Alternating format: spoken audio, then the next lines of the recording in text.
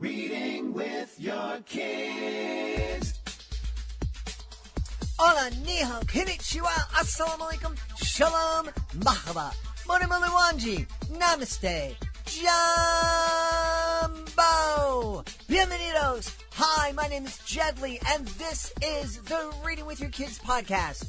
We are coming to you from the beautiful neighborhood of Reedville in the southwest corner of Boston, Massachusetts.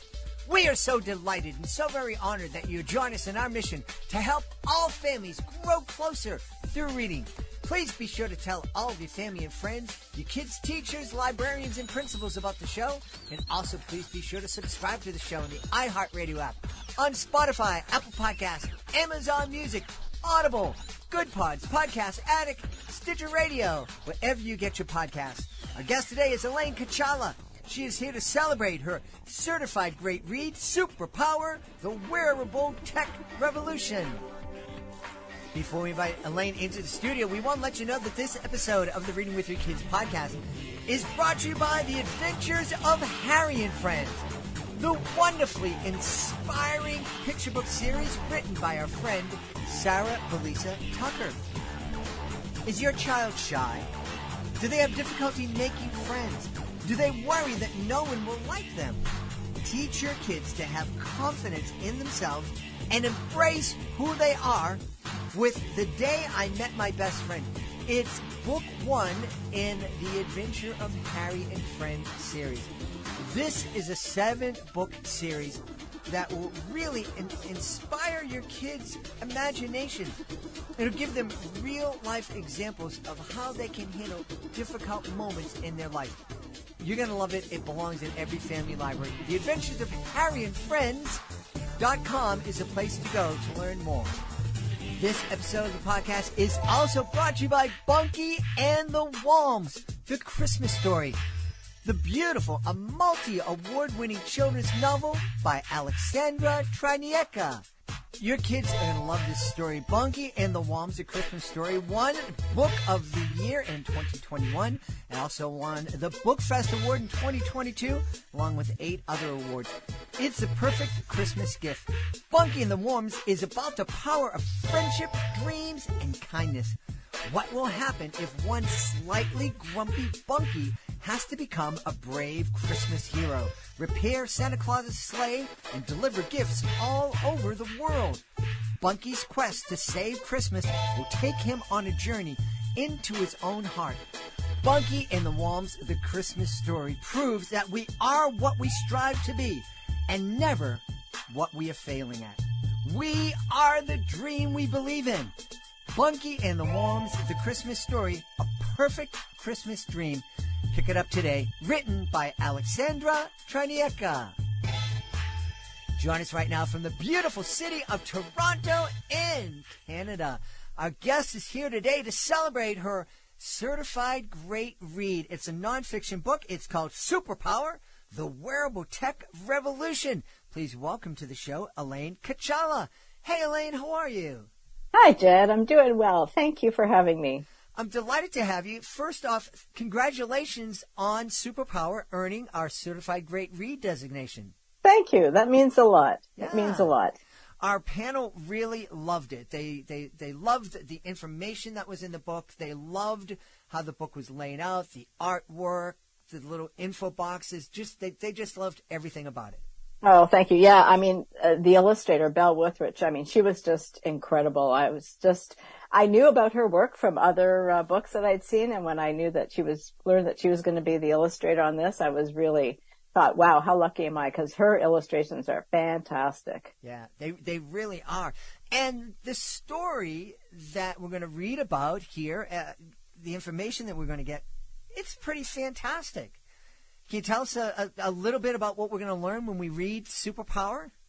Sure. So Superpower, the Wearable-Tech Revolution, is a middle reader book, so for ages about 9 to 12, and it helps readers explore a little bit about the field of wearable technology and all the exciting ways that it's changing our lives and in many ways improving our lives. And they read about incredible stories by engineers, scientists, designers, inventors of all kinds, and young inventors too, who are inventing technology to help people survive, thrive, live better lives, and especially people with disabilities.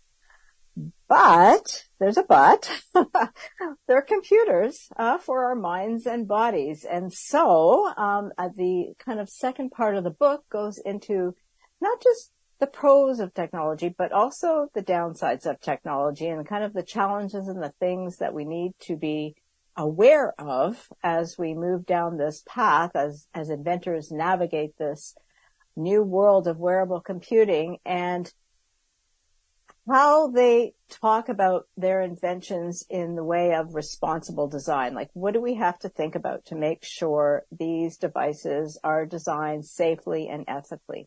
Yeah. You know, as you were speaking, I recalled 35 years ago, I was working with kids with severe developmental disabilities. And computers, especially personal computers, were just happening. Laptops really weren't invented at that time. And the touchscreen laptop that I have right now was, I'm not going to say it was unheard of, but it wasn't, it just wasn't available. And our school actually we experimented with one of the first touch screens. It was an external thing that you put on in front of the existing screen, and our kids who actually couldn't use their hands, we developed this thing with a pointer on their head, and they could use and touch it, and it was very imprecise, but at that time it just seemed, wow, this is crazy. And now to think where we've gone from 35 years ago, and that simple touch screen, giving my kids who really didn't have any way to communicate a way to start to communicate in a very simple, with very simple words, to where we are right now. I know. It's incredible. And it's developing so incredibly quickly. Mm-hmm. So what are some of I want to get into the things we need to worry about, but what are some of the most fascinating things that you discovered that made you real excited? Wow. One of the fabulous stories that I think in the book is this device called the Trexo, and it is a wearable robot. And it was invented by two engineers here in Ontario at the University of Waterloo some years ago. And one of the inventors, Manmeet Megu, he at the time when he was an engineering student, he learned about his young nephew who had cerebral palsy and would never be able to walk. And so he, knew about the challenges this child would face, not just, socially, but also health-wise. Being in a chair all the time would, cause all kinds of health issues. And so he and his friend, Rahul Udasi, invented this wearable robot, and there's a picture in the book. And he began, they, of course, went through many, many different prototypes, but ultimately what began as this device for his nephew became a device that's now in hospitals and in kids' homes worldwide, internationally. The Trexo is helping kids around the world to walk. And I saw the experience of one of the young boys who was using the Trexo, and I was talking to his dad, and so I think this boy was about 7, maybe 8 years old, and so he had no upper body muscle strength because he had, couldn't walk, so couldn't lift himself, and that also meant he actually couldn't eat, and he was aspirating, choking on his food.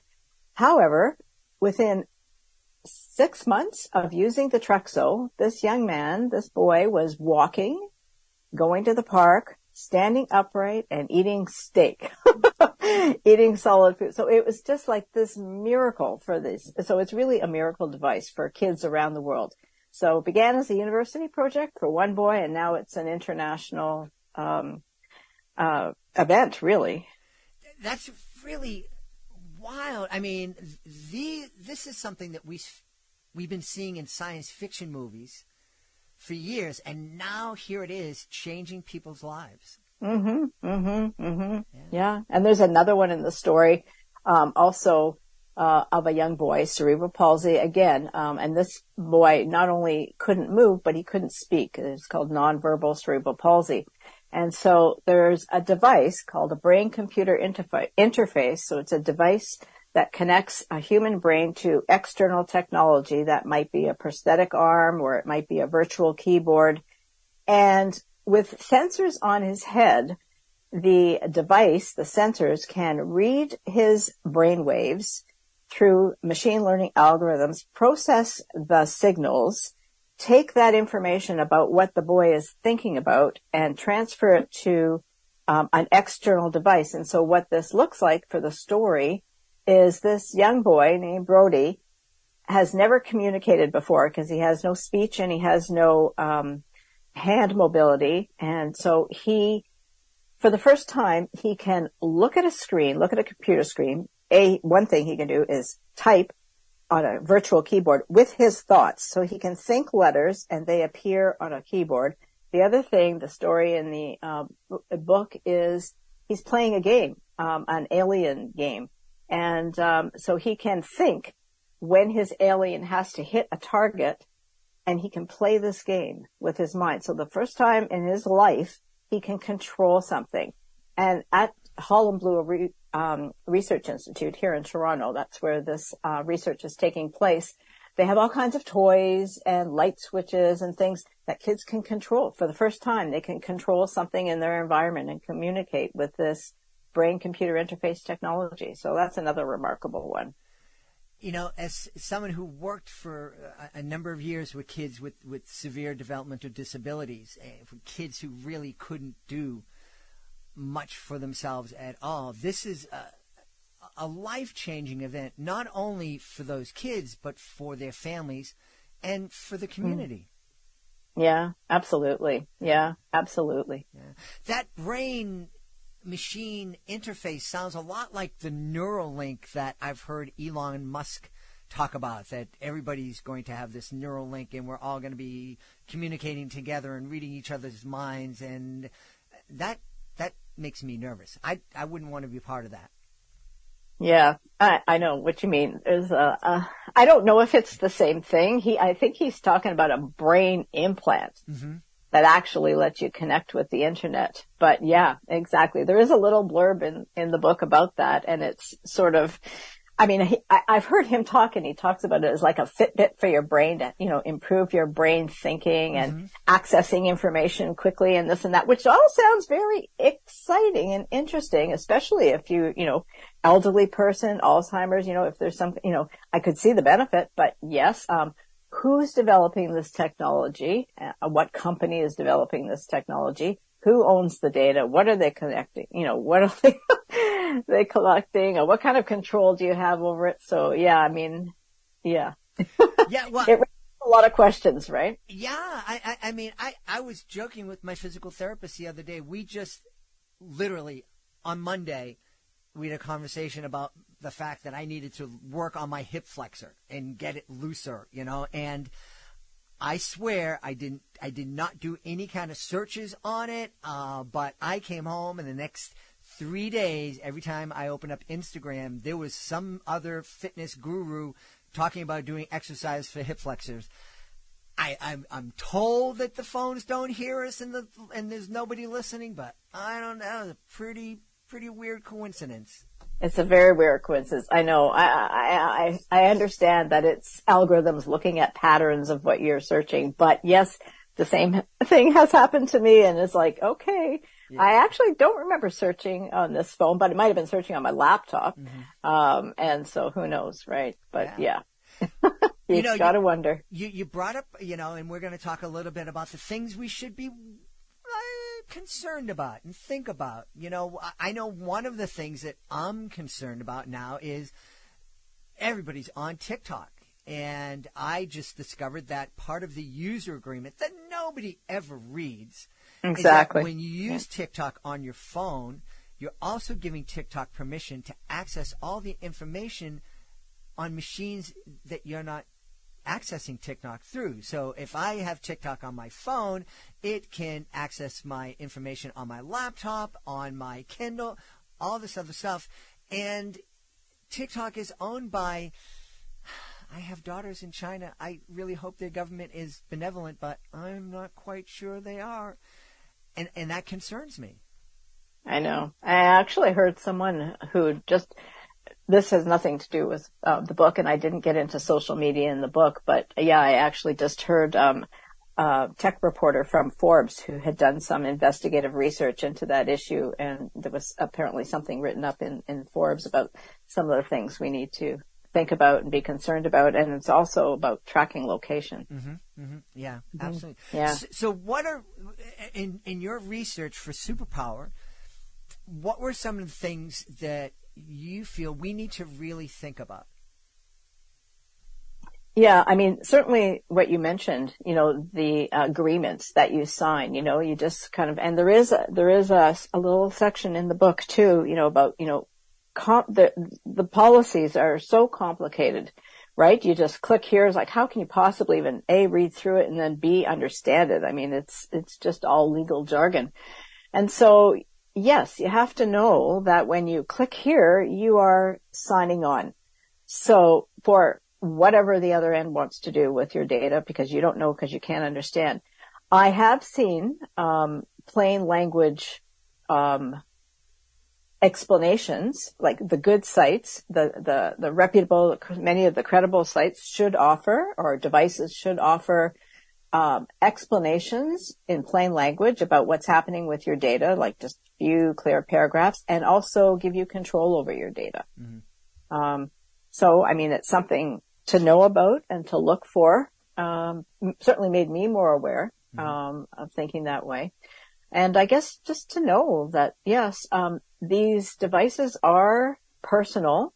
They're on your body.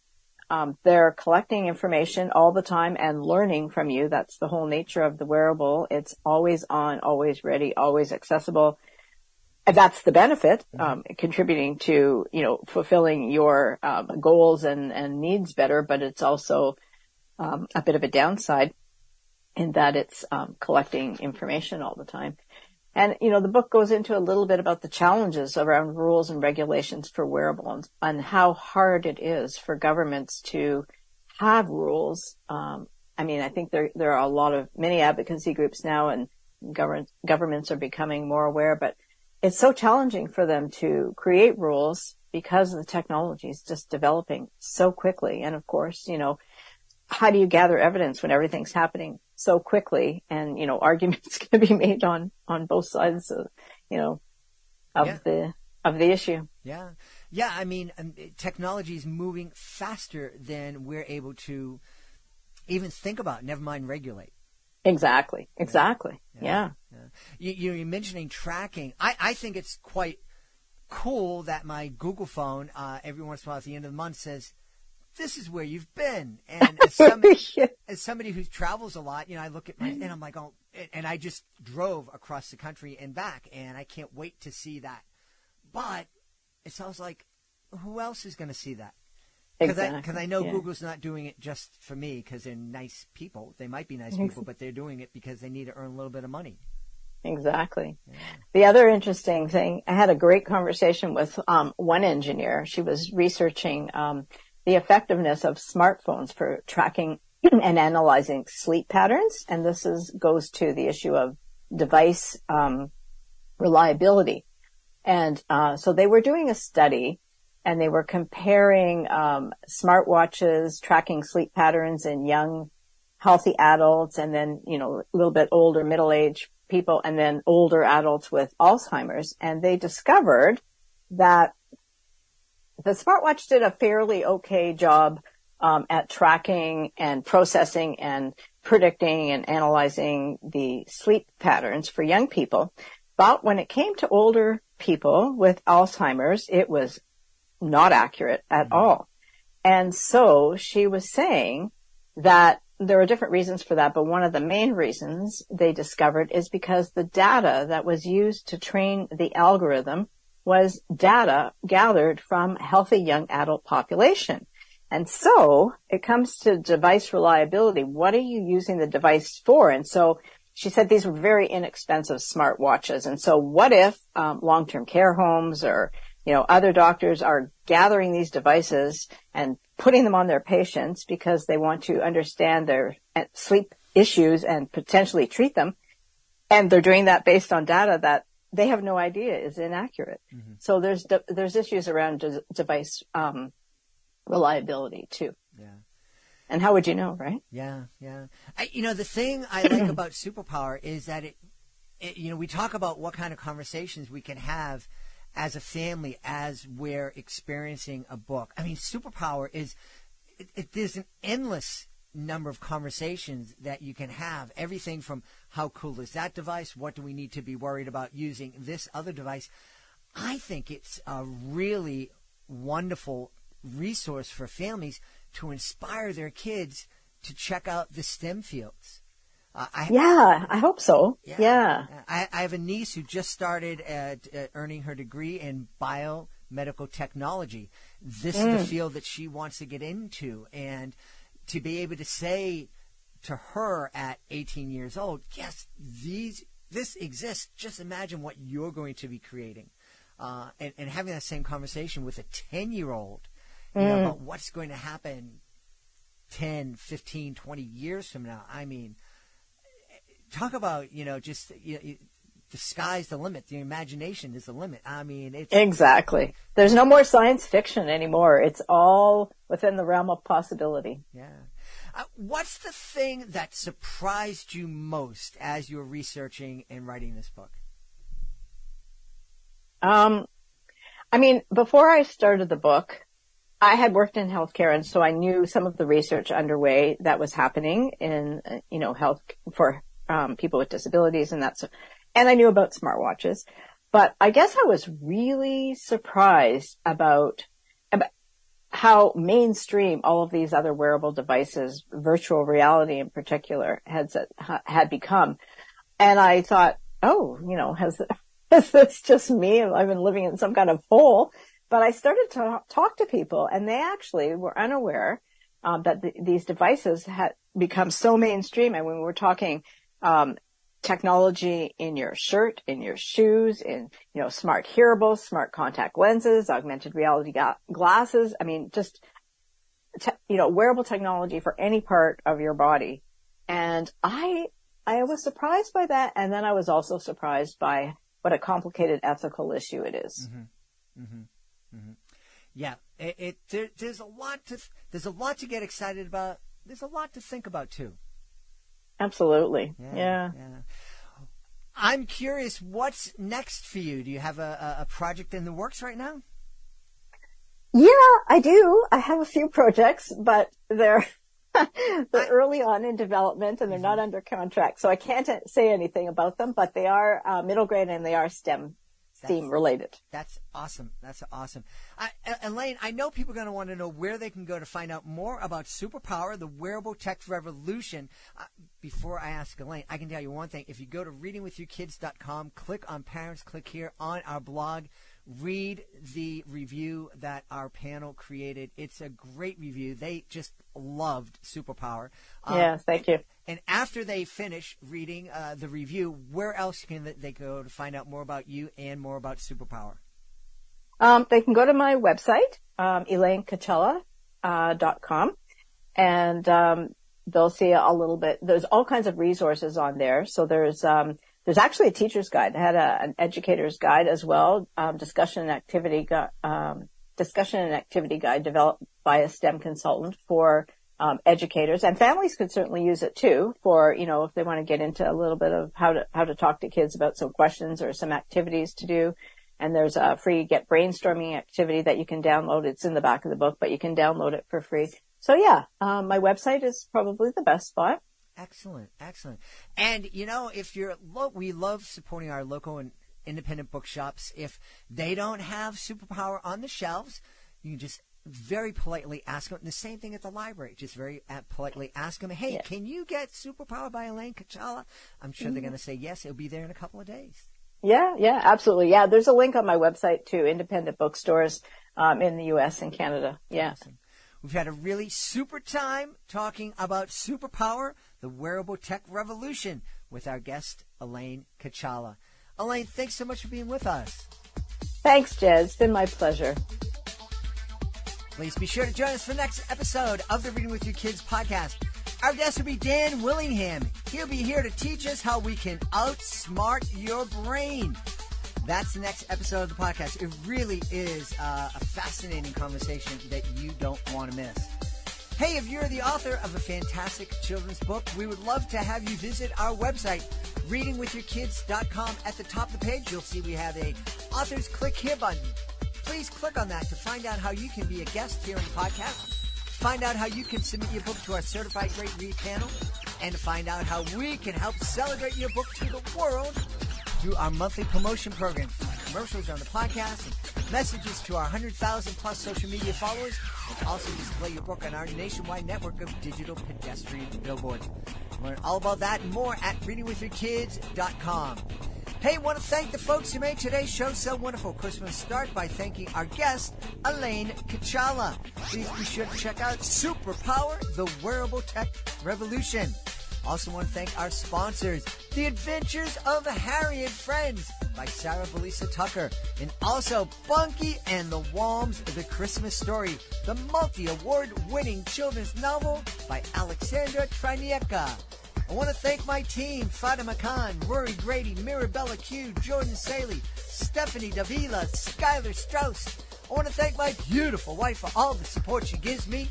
Most of all, we all want to thank you. Thank you so much for taking the time to join us today. And as always, thank you so very much for taking the time to make the world a better place by reading with your kids. I'll be looking for you in the next edition of the Reading with Your Kids podcast.